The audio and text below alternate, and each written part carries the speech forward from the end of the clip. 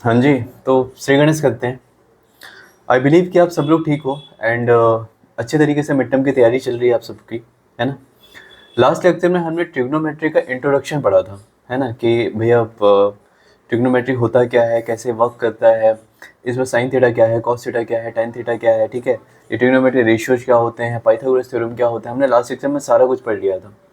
अब एक काम क्या करेंगे, एक क्विक रिवीजन करेंगे, just just with in 1 minute.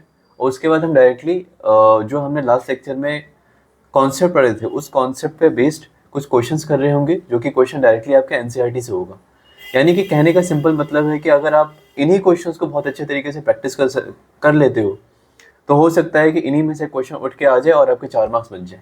ठीक है, तो शुरू करें भाई। ठीक है, तो एज यूजुअल सबसे पहले हमें हमारा टारगेट याद रखना है 100 आउट ऑफ 100। ठीक है, लास्ट लेक्चर को थोड़ा सा रिवाइज करते हैं, रिवीजन करते हैं लास्ट लेक्चर का। हमने क्या पढ़ा था, हमने पढ़ा था भैया सबसे पहले कि पाइथागोरस थ्योरम क्या होता है, पाइथागोरस थ्योरम क्या होता है। और एक राइट एंगल ट्रायंगल में, एक राइट एंगल ट्रायंगल की अगर मैं बात करूं, जहां पर ये थीटा है और ये 90 डिग्री का एंगल है, तो इसमें परपेंडिकुलर क्या होता है, बेस क्या होता है, हाइपोटेनियस क्या होता है, हमने ये सारा का सारा स्टडी किया था। ठीक है, और उसके बाद ये हाइपोटेनस, परपेंडिकुलर और बेस, इन सब को जोड़ के पाइथागोरस में क्या रिलेशन है, हमने ये भी स्टडी किया था। हमने ट्रिग्नोमेट्री रेशियोज को स्टडी किया था, जिसमें हमने बताया था कि भैया साइन थीटा क्या होता है, कॉस थीटा क्या होता है, टेन थीटा क्या होता है, कॉसेक थीटा क्या होता है, सेक थीटा क्या होता है, एंड कॉट थीटा क्या होता है, और ये कैसे एक दूसरे से रिलेटेड है, रिलेशन क्या है इन इन लोगों में। यानी कि 1/sin थीटा इक्वल टू, मैंने बताया था कि कॉसेक थीटा होता है, इसी तरीके से vice versa cos theta 1/sec theta, tan theta 1/cot theta. ये यहाँ तक की सारी चीज़ें हमने लास्ट लेक्चर में कवर कर ली थी। अगर आपको इन सब को लेकर अभी भी कोई डाउट है, तो आप प्लेलिस्ट में जस्ट इससे पहले वाला आप लेक्चर देख लीजिए, इंट्रोडक्शन। अगर आप इससे पहला लेक्चर नहीं देखेंगे, तो हो सकता है कि यहाँ पर आपको काफ़ी सारी चीज़ें जो है क्लियर ना हो रही हो। ठीक है, तो आई बिलीव कि आप पिछला लेक्चर जाके देख लेंगे। मैं जो है वीडियो का लिंक डिस्क्रिप्शन में भी डाल दूंगा और आई बटन में भी दे दूंगा। ठीक है, तो डायरेक्टली हम लोग क्वेश्चन करना स्टार्ट करते हैं। देखिए, मैं यहाँ पे क्वेश्चंस आपको इसलिए करवा रहा हूँ ताकि आपको क्वेश्चन करने की आदत लगे।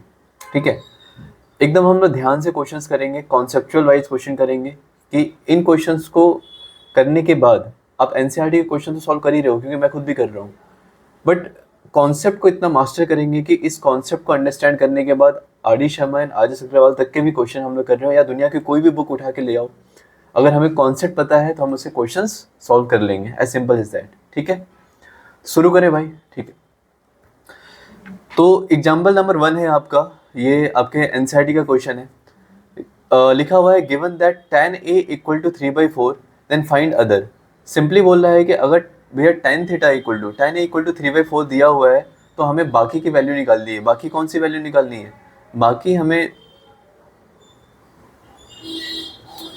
बाकी कौन सी वैल्यू निकालनी है, बाकी हमें निकालना है इसमें साइन थीटा क्या है, कॉस थीटा क्या है, टेन थीटा दिया ही हुआ है, कॉसेक थीटा की वैल्यू क्या होगी, सेक थीटा की क्या वैल्यू होगी, एंड कॉट थीटा की क्या वैल्यू होगी। यानी कि हमें साइन थीटा की वैल्यू, हमें टेन थीटा की वैल्यू दी हुई है, बाकी सारी हमें खुद से फाइंड करनी है। ठीक है, तो इस भाई इसका सॉल्यूशन देखते हैं। तो गिवन, सबसे पहले हम इसे क्या लिखेंगे, given tan a equal to 3/4, tan a equal to 3/4। ठीक है, एक काम करते हैं, एक राइट एंगल ट्रायंगल कंसीडर करते हैं जिसमें ये थीटा है। अगर ये थीटा है तो ये क्या हो जाएगा, ये परपेंडिकुलर हो जाएगा, ये आपका हाइपोटेनस हो जाएगा, ये बेस हो जाएगा। ठीक है, इसे लिखा है कि find other, tan a equal to 3/4 दिया हुआ है। मैं इसको रैंडमली कोई सा भी नाम दे देता हूँ, ABC करके। ठीक है, बोल देता हूँ कि ये A है, ये B है, इसका C कोऑर्डिनेट है। ठीक है, तो tan theta equal to basically क्या था, थोड़ा सा अगर आप रिवाइज करोगे, P upon H Pandit Badridhar Pande हर हर बोले, सोना चांदी तोले। टेन थीटा इक्वल टू क्या था, टेन थीटा का था P/B, परपेंडिकुलर बाय बेस।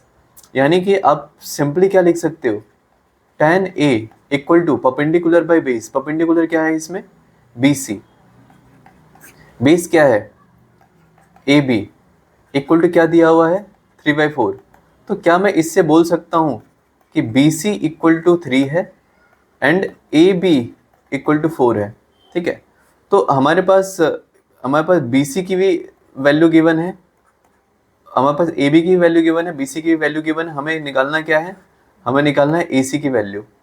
तो पाइथागोरस लगाते हैं भाई। पाइथागोरस क्या था, पाइथागोरस थ्योरम बोलता था हमें कि जो हाइपोटेनस का जो स्क्वायर होता है वो बेस यानी कि AB के स्क्वायर प्लस BC परपेंडिकुलर के स्क्वायर के बराबर होता है, यानी कि H का स्क्वायर है वो A square plus B square के बराबर होता है, ठीक है।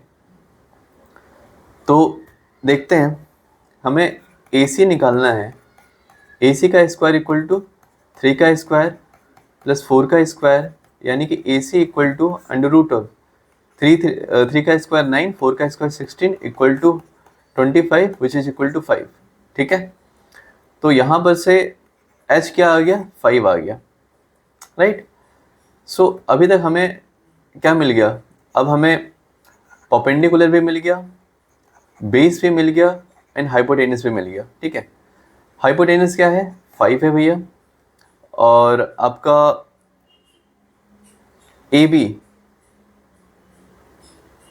AB कितना दिया हुआ है, AB इक्वल टू 4 दिया हुआ है, बेस आपका 4 है, परपेंडिकुलर आपका 3 है, ठीक है। तो यहाँ पर से साइन थीटा इक्वल टू क्या हो जाएगा, देखो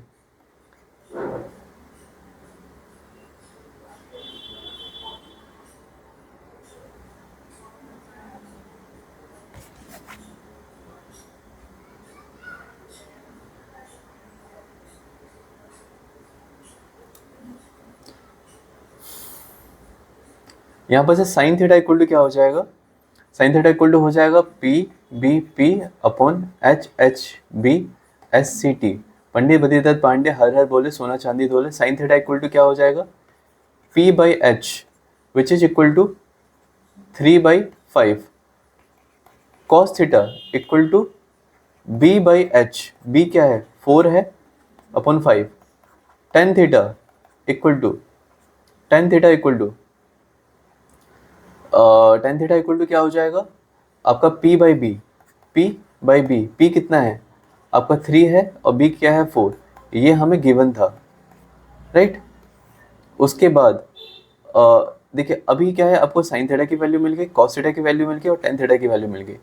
अब देखिए बेसिकली क्या होता है, हमें क्या चाहिए कॉसिक थीटा की वैल्यू चाहिए। तो कॉसिक थीटा इक्वल टू होता है 1 अपॉन साइन थीटा, यानी कि 3/5 है तो ये क्या हो गया 5/3 हो गया। Cos theta sec theta equal to होता है 1 अपॉन कॉसिक थीटा। भाई कॉस थीटा क्या दिया हुआ है 4/5 दिया हुआ है, तो ये क्या हो गया 5/4 हो गया। और कॉट थीटा इक्वल टू क्या होता है, ये होता है 1 अपॉन टेन थीटा। तो टेन थीटा इक्वल टू 3/4 दिया हुआ है, तो ये 4/3 हो गया। तो आई बिलीव कि आपको ये क्वेश्चन समझ में आ गया है। अब ध्यान रखना कि हमने यहाँ पर ए की जगह पर थीटा को यूज किया है, आप लोग ए ही यूज करो, ठीक है भाई। क्वेश्चन नंबर 2 देखते हैं। क्वेश्चन नंबर 2 क्या दिया हुआ है, क्वेश्चन नंबर 2 दिया हुआ है कंसीडर द ट्रायंगल ACB जो कि राइट एंगल एट C है, ठीक है। सॉल्यूशन देखते हैं डायरेक्टली। एक राइट एंगल ट्रायंगल दिया हुआ है, ठीक है, जो कि राइट एंगल है C पे, यानी कि C इक्वल टू इसका 90 डिग्री है, इन विच AB इक्वल टू 29 डिग्री। अब इसके दो नाम और लिख देते हैं। लेट्स सपोज कि इसको मैं लिख देता हूँ A और इसको मैं लिख देता हूँ B। यहाँ पे क्या दिया हुआ है AB इक्वल टू 29 डिग्री दिया हुआ है, AB इक्वल टू 29 यूनिट दिया हुआ है, BC इक्वल टू 21 दिया हुआ है, and angle ABC equal to theta. Angle ABC equal to theta, यानी कि इसको मैं थीटा कंसिडर करके चल रहा हूँ। हमें करना क्या है, determine the value of cos square theta plus sine square theta की वैल्यू निकालनी है and cos square theta minus sine square theta की वैल्यू फाइंड करनी है, ठीक है। चलो भाई कोशिश करते हैं। अगर ये थीटा है तो इसको अगर मैं थीटा कंसिडर करता हूँ तो ये क्या हो जाएगा हमारा परपेंडिकुलर हो जाएगा, ये क्या हो जाएगा हाइपोटेनस हो जाएगा, ये क्या हो जाएगा बेस हो जाएगा, ठीक है। अगर आप ध्यान से देखने की कोशिश करोगे तो इसमें हाइपोटेनस भी दिया हुआ है, बेस भी दिया हुआ है, हमें परपेंडिकुलर निकालना है। तो सबसे पहले हम परपेंडिकुलर निकालने के लिए क्या करेंगे, हम लोग पाइथागोरस का यूज करेंगे। हम लोग पाइथागोरस थ्योरम का यूज करेंगे। पाइथागोरस थ्योरम क्या कहता है, अकॉर्डिंग टू पाइथागोरस एच का स्क्वायर हाइपोटेनस का जो स्क्वायर है वो परपेंडिकुलर का स्क्वायर प्लस बेस के स्क्वायर के बराबर होता है। तो हमें अगर परपेंडिकुलर का स्क्वायर निकालना है तो क्या मैं इसको H square minus B square लिख सकता हूँ, यानी कि ये इधर जाके माइनस हो गया, यानी कि p equal to under root of H का स्क्वायर माइनस बी का स्क्वायर, यानी कि p इक्वल टू क्या हो गया, अंडर रूट ऑफ एच की जगह पर क्या लिखूँ मैं 29 का स्क्वायर माइनस बी स्क्वायर की जगह पर क्या लिखूँ 21 का स्क्वायर। राइट, यहाँ तक क्लियर है भाई मामला? ठीक है, तो आपका p इक्वल टू आया है 29 का स्क्वायर माइनस 21 का स्क्वायर। सॉल्व करते हैं इसको। 29 का स्क्वायर क्या होता है, 29 इंटू 29, 9 9 जा 81, 8 18 प्लस 8 कितना हो गया आपका 26 आ गया। ठीक है, 2 9 जा 18, 1 2 2 जा 4 4 4 और 1 5, इसको सॉल्व करो 1 4 8, तो p इक्वल टू आ गया under root of 841 minus 21 into 21 देखते हैं क्या होता है 1 2 2 4 तक 1 4 4 माइनस 4 41 आ गया। ठीक है, तो p इक्वल टू ये आ गया under root of 400 which is equal to 20। So perpendicular हमारे क्या आया, हमारा परपेंडिकुलर आया 20। क्लियर है भाई यहाँ तक? यहाँ पर देखो परपेंडिकुलर की वैल्यू क्या है हमारी 20 यूनिट। ठीक है, अगर हमें परपेंडिकुलर, अब हमें क्या है, अब हमारे पास हाइपोटेनस भी है, परपेंडिकुलर भी है और बेस भी है, तीनों की वैल्यू निकल गई है। ठीक है, अगर तीनों की वैल्यू निकल गई है तो पहला क्वेश्चन सॉल्व करते हैं। पहला क्वेश्चन हमारा क्या है, सबसे पहले हमें सॉल्व करना है cos square theta plus sine square theta की वैल्यू फाइंड करनी है। ठीक है, तो सबसे पहले देखिए कॉस थीटा इक्वल टू क्या होता है, कॉस थीटा इक्वल टू होता है आपका P B P upon H H B. Cos theta equal to होता है बेस अपॉन हाइपोटेनस, क्या होता है बेस अपॉन हाइपोटेनस। ठीक है, b बाई एच। अब यहाँ पर से देखिए भाई b क्या है आपका, है b है 21 और h है 20। ठीक है, b है 21 और h है 29, सॉरी b है आपका 21 और h है 29, यानी कि 21 upon 29। So cos theta equal to क्या हो गया 21 अपॉन 29, एंड साइन भी चाहिए हमें। साइन थीटा इक्वल टू क्या होता है आपका p by H, p by H. p क्या था 20 था, h क्या है 29। हमें कॉस थीटा भी मिल गया, साइन थीटा भी मिल गया। इसमें वैल्यू पुट करते हैं, कॉस स्क्वायर थीटा की जगह पर मैं क्या लिख दूंगा 21 अपॉन 29 का square plus sine square theta की जगह पर क्या लिखूंगा 20 अपॉन 29 का square, which is equal to क्या हो जाएगा, ये हो जाएगा 21 का स्क्वायर प्लस 20 का स्क्वायर अपॉन 29 इंटू 29 का स्क्वायर। इसको इस तरीके से मैं लिख सकता हूँ भाई। ठीक है, देखिए आगे बढ़ते हैं, 21 का स्क्वायर प्लस 20 का स्क्वायर अपॉन 29 का स्क्वायर। 21 का स्क्वायर कितना था, 21 का स्क्वायर है आपका 441 प्लस 20 का स्क्वायर कितना है 400 डिवाइडेड बाय 29 का स्क्वायर कितना है 841 which is equal to 841 upon 841 cut गया 1। देयरफॉर आपका पहला पार्ट क्या है cos square theta plus sine square theta, इसकी वैल्यू क्या निकल गई 1 निकल गई। ठीक है, सेकंड क्वेश्चन देखते हैं। सेकंड क्वेश्चन में क्या निकालना है हमें cos square theta minus sine square theta की वैल्यू निकालनी है।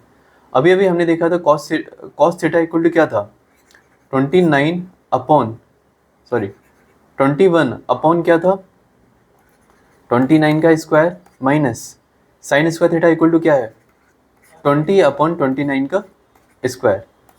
सॉल्व करते हैं भाई। 21 का स्क्वायर क्या है 441 अपॉन 841 माइनस 20 का स्क्वायर क्या है 400 अपॉन 841। इसको सॉल्व करेंगे तो क्या हो गया, इसका डिनोमिनेटर सेम है 441 माइनस 400 दैट इज 41। तो cos square theta minus sine square theta, इसकी क्या वैल्यू निकल गई 41 अपॉन 841। ठीक है, ये आपके दोनों आंसर हो गए।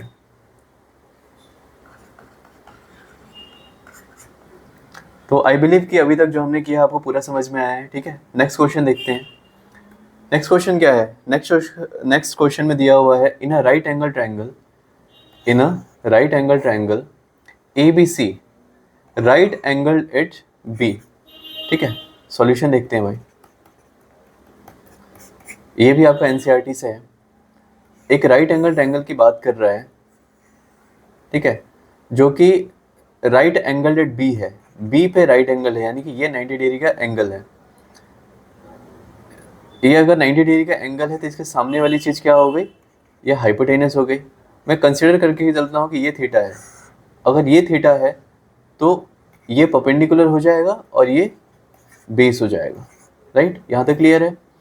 हमें क्या निकालना है? Then verify that 2 sin a equal to cos 2 sin a into cos equal to 1 होगा।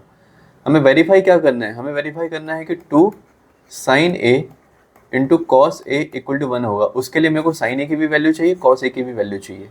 ठीक है, ये बी है, मैं कंसिडर करके चलता हूँ कि ये ए है, ये बी है। ठीक है, तो पहले क्वेश्चन से देखिए। क्वेश्चन से क्या है? क्वेश्चन दिया हुआ है tan a इक्वल टू 1 दिया हुआ है। अब tan a इक्वल टू क्या होगा? p b p upon h b, perpendicular upon base होगा। परपेंडिकुलर क्या है इसमें? परपेंडिकुलर है भैया ये सी है। परपेंडिकुलर क्या है? B C upon A B. Base क्या है? A B. tan a equal to 1 दिया हुआ है। ठीक है, अगर B C upon A B equal to 1 दिया हुआ है तो क्या मैं बोल सकता हूँ कि B C equal to A B होगा? और मान लेता हूँ कि B C equal to A B equal to K है। अब क्या है, मेरे को इसकी भी वैल्यू पता है, ये भी के है, ये भी के है। अब मेरे को हाइपोटेनस इसकी वैल्यू नहीं पता है। इसकी वैल्यू निकालने के लिए मैं क्या करूँगा? हम लोग पाइथागोरस का यूज करेंगे। पाइथागोरस क्या कहता है भैया? हाइपोटेनस का स्क्वायर इक्वल टू परपेंडिकुलर का स्क्वायर प्लस बेस का स्क्वायर, यानी कि h equal to under root of P square plus B square. p equal to क्या है? k, and b equal to क्या है? k। अरे भाई यहाँ देखो, मैंने क्या बोला था? B C equal to A B equal to K माना था। बी सी क्या है? ये है बी सी भैया, परपेंडिकुलर क्या माना है? के माना है। ए बी क्या है? ये क्या माना है? के माना है। क्यों? क्योंकि tan इक्वल टू 1 था तो B C upon A B equal to 1 के मान लिया है। ठीक है, तो ये इक्वल टू क्या हो गया? h इक्वल टू क्या हो गया? Under root of K square plus K square which is imply under root 2 K square, यानी कि के रूट 2। ठीक है, अब मेरे को वेरीफाई क्या करना है? वेरीफाई करना है 2 sin a into cos A equal to 1। 2 sin a into cos A equal to 1। इसके लिए मेरे को क्या चाहिए? इसके लिए मेरे को साइन ए की भी वैल्यू चाहिए एंड कॉस ए की भी वैल्यू चाहिए। साइन ए इक्वल टू क्या होता है? P B P upon H B. Sine A equal to क्या है? पी बाई एच है, कॉस ए इक्वल टू क्या है? बी बाई एच है। राइट, देखिए एच की क्या वैल्यू निकाली है हमने? के रूट 2 वैल्यू निकाली है। राइट, क्लियर है यहाँ तक? के रूट 2 हमने इसकी वैल्यू निकाली है। तो साइन ए इक्वल टू क्या हो गया? के अपॉन के रूट 2, के से के कैंसिल, यानी कि 1 अपॉन रूट 2। कॉस ए की क्या वैल्यू है? ये भी है के बाई के रूट 2, के से के कैंसिल, 1 बाई रूट 2। क्लियर है यहाँ तक? चलिए अब यहाँ पे इसकी वैल्यू रखते हैं। 2 sin a into cos A equal to 1 में इसकी वैल्यू रखते हैं। 2 sin a into cos A में अगर इसकी वैल्यू रखूँ तो 2 इंटू साइन ए की क्या वैल्यू है? 1 अपॉन रूट 2। कॉस ए की क्या वैल्यू है? 1 अपॉन रूट 2। ये क्या हो गया? 2 अपॉन रूट 2 का square which is imply 2 by 2 equal to 1 equal to RHS। हमें क्या प्रूफ करना था? हमें प्रूफ करना था 2 sin a into cos A equal to 1, जो कि आपने प्रूफ कर दिया है। ठीक है, सॉल्व। तो अभी तक हमने जितने भी क्वेश्चन किए थे वो सारे के सारे एनसीईआरटी के क्वेश्चन थे। आई बिलीव कि आप इन सारे क्वेश्चंस की बहुत अच्छी तरीके से प्रैक्टिस करेंगे एंड जितना ज़्यादा अच्छे तरीके से आप प्रैक्टिस करेंगे वो क्वेश्चंस आपको उतना ज़्यादा समझ में आने लग जाएगा, ठीक है। तो हमने अभी आज 3 एग्जाम्पल किए हैं और अगले लेक्चर में हम लोग 8.1 एनसीईआरटी का पूरा पूरा सॉल्व करने वाला है, वन शॉट। एक लेक्चर में पूरा पूरा एनसीईआरटी का 8.1 सॉल्व करेंगे, ठीक है। अभी तक आपको सिर्फ क्या करना है, अभी तक आपको क्या करना है कि इससे पहले वाला लेक्चर को एक बार रिवाइज कर लेना है। आप 1.5x में रिवाइज कर सकते हो, ठीक है। उसके बाद लेक्चर 2 के जितने भी मैंने क्वेश्चंस करवाए हैं सारे क्वेश्चन को बहुत अच्छी तरीके से प्रैक्टिस कर लेनी है और 8.1 को खुद से सॉल्व करने की कोशिश करनी है। अगर खुद से सॉल्व हो रहा होगा देन वेल एंड गुड, अगर सॉल्व नहीं हो रहा होगा तो हम लोग, चाहे आपको इससे सॉल्व हो चाहे ना हो, हम अगले लेक्चर में तो 8.1 सॉल्व कर ही रहे होंगे, ठीक है। टारगेट हमारा 100 आउट ऑफ 100 का है, ठीक है। अभी तक जो चीज़ भी करवाया है अच्छे से प्रैक्टिस करना, एनसीईआरटी के क्वेश्चंस करने हैं क्योंकि बोर्ड्स में इससे बाहर से क्वेश्चंस नहीं आएंगे, दैट इज़ माई गारंटी। और जो मैं बोल रहा हूँ अगर वो करोगे तो आपके 100 आउट ऑफ 100 भी आएंगे, वो भी मेरी गारंटी है, ठीक है। तो ठीक है भाई, मिलते हैं अगले वीडियो में। उससे पहले अभी तक जो भी आपने लेक्चर पढ़ा है इसका जो पीडीएफ है वो आपको हमारे टेलीग्राम चैनल पे मिल जाएगा एंड टेलीग्राम का लिंक मैं आपको वीडियो के डिस्क्रिप्शन में डाल दूंगा। वहाँ से जाके आपको टेलीग्राम ज्वाइन करना है और उसी पे आपको डीपीपी वगैरह एंड जो भी अभी लेक्चर हुआ है इसका पीपीटी सब कुछ आपको वहीं पे प्रोवाइड होगा, ठीक है। तो भाई मिलते हैं अगले वीडियो में, अच्छे से प्रैक्टिस कर लेना, ठीक है। चलो बाय बाय।